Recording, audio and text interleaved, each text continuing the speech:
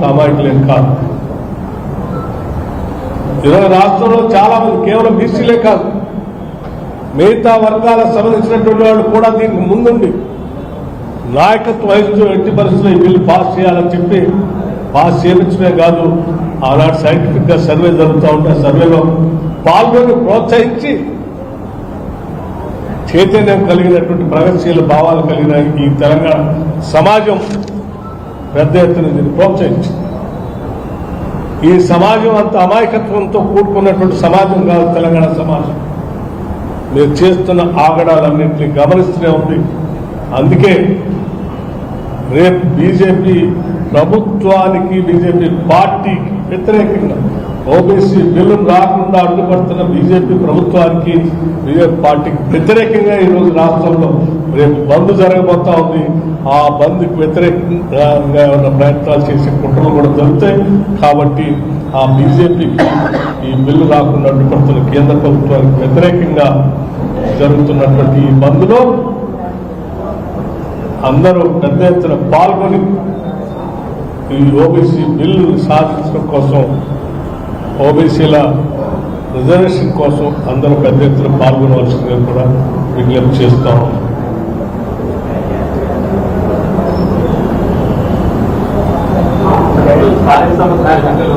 రాజ్యాంగ సవరణ తర్వాత కూడా రాజకీయ లబ్ధి కోసమే కాంగ్రెస్ పార్టీ రాజ్యాంగ సవరణ ఎక్కడ జరగాల? రాజ్యాంగ సవరణ ఎక్కడ జరగాల? భారత్ పార్లమెంట్లో జరగాలి. భారత్ పార్లమెంట్లో ఎవరు చేయాలా?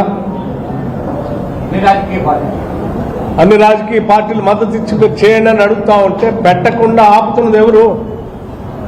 భారతీయ జనతా పార్టీ ప్రభుత్వం, వాళ్ళ పార్టీ. అదే కదా నేను చెప్పేది కూడా.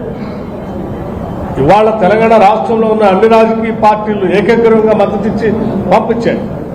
పార్లమెంట్లో కూడా భారతీయ జనతా పార్టీ సంబంధం లేనటువంటి మిగతా రాజకీయ పార్టీలు కూడా బయటకు వచ్చి తమిళనాడుకు సంబంధించిన ఏఐడీఎంకి కానీ కాంగ్రెస్ పార్టీకి సంబంధించిన మిగతా రాజకీయ పార్టీలు కానీ బయటకు వచ్చి మద్దతు పలికి జంతర్ మంతర్లో ఈ సంఘాలతో పాల్గొని ఉదయం సాయంత్రం వరకు ఈ బిల్లు పెట్టండి, మేమంతా మద్దతు ఇస్తామని, ఇంక్లూడింగ్ మా నాయకుడు రాహుల్ గాంధీతో సహా, ఖర్గే గారితో సహా తీర్మానం పార్టీ తరఫున మద్దతు ఇస్తాం పెట్టండి అంటే పెట్టకుండా పార్లమెంట్లో రాజ్యాంగ సవరణ చేయడానికి అడ్డుపడి ఆపుతున్నది ఎవరు?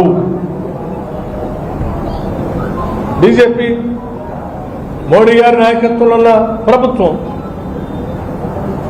అందుకే కదా రేపు జరిగేటువంటి బంద్ కూడా వారికి వ్యతిరేకంగా చేస్తున్నామని చెప్పేసి.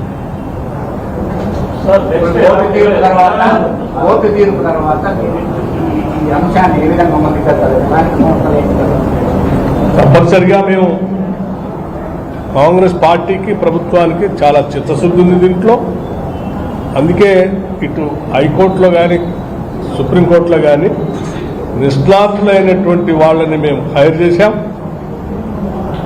కోర్టు తీర్పు సంబంధించినటువంటి కాగితం సంపూర్ణమైనటువంటి పేపర్ రాగానే మా అడ్వకేట్ జనరల్ గారు, అభిషేక్ సింగ్ మను గారు లాంటి వాళ్ళు, రవివర్మ గారు లాంటి వాళ్ళు వీళ్ళందరితో కలిసి కూర్చొని మాట్లాడి దానిపైన పూర్తిగా విశ్లేషణ చేసి రేపు భవిష్యత్తులో మేము దానిపైన తగు నిర్ణయం తీసుకొని జరగబోయేటువంటి బహుశా మేము అనుకుంటాం 23వ తారీఖు నాడు నెక్స్ట్